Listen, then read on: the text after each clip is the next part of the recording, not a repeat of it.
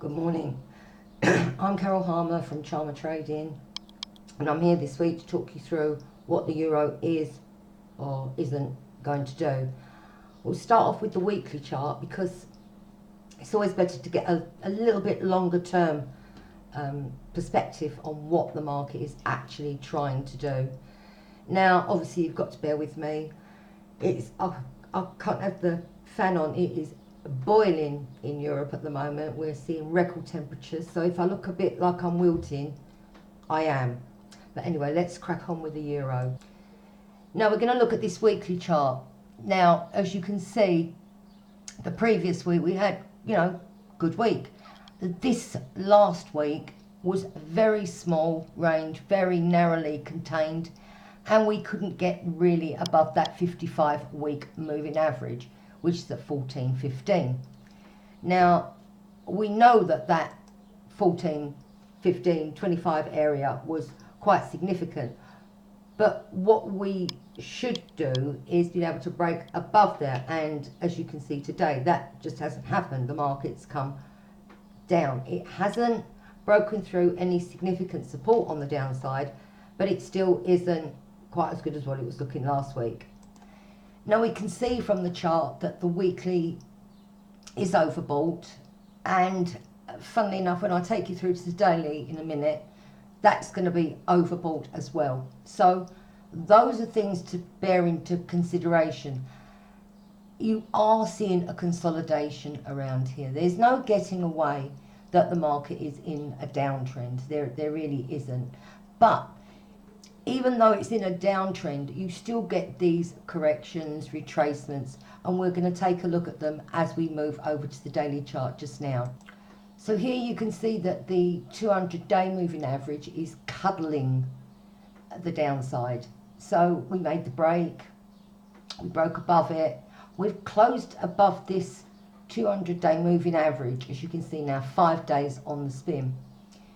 We're trading down here at the moment. We are currently trading at 13.25. We all know that was the break point on the way up, and this is where it just sliced through that 13.25.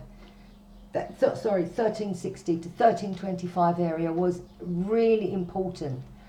So we're back there now. We're back to where we started.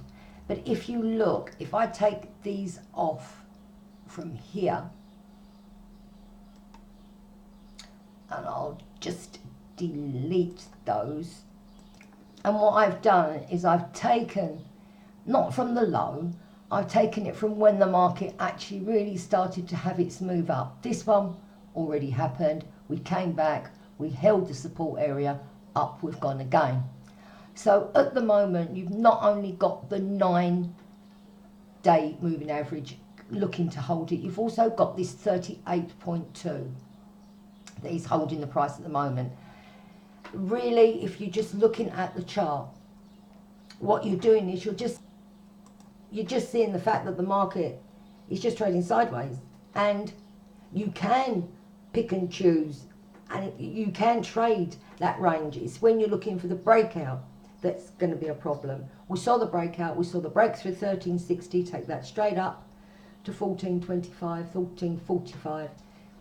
You've already had that, but it wasn't going any higher. It just didn't look as if it had the legs to get up a bit further, and that's really what we needed. We needed it to maintain the strength. We needed it to make the break and stay above it, and then we could have had a free ride, I suppose, up to 16.25.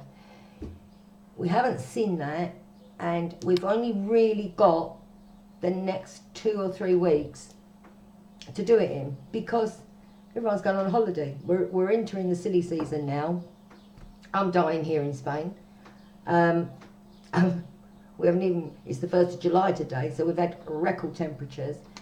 But, where can we go with the euro if there's nothing coming out? What technically are we seeing on this market that can hopefully give us a little bit of direction?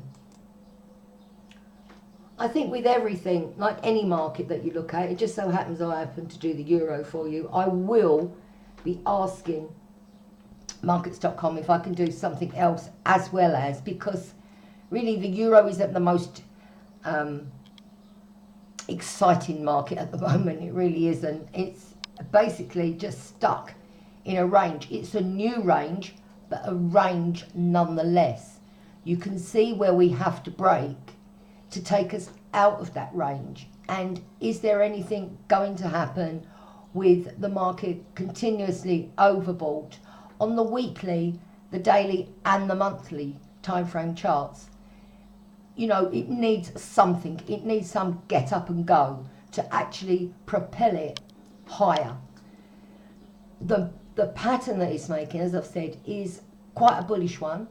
So what we could do, and which is what I think we're going to, is we're just going to stay in that range. So if you play that 1325 to 1460 range, so you buy the bottom, sell in the top, that sort of thing. If you can just stay within that range, you shouldn't get too badly burned. With stops and in thin markets, which is where we're heading at the moment, because when summer arrives, you know, people go on holiday, they don't trade, they don't do anything. So you're liable to the stop hunters going for you more than what they would have done when there's a lot of liquidity around. So my advice is to stay within that range that I've defined. You're only worrying really about any long positions if we break below 1280. If we break below 1280, you've got 1220, you've got 1180. So the market is well supported on any pullback. So I hope this has been helpful. Just stay within the parameters that the market's showing you. You know, you'll know when it's going to break out. If we consolidate like we've been doing, once those technical stochastics, ROC, RSI start to go into neutral levels and begin to show a turn, then, you know, you should be safe preempting a breakout to the top side. But at the moment, we're just staying in a range, and I think that's where we just stay. Okay, I'll catch you all next week. Bye.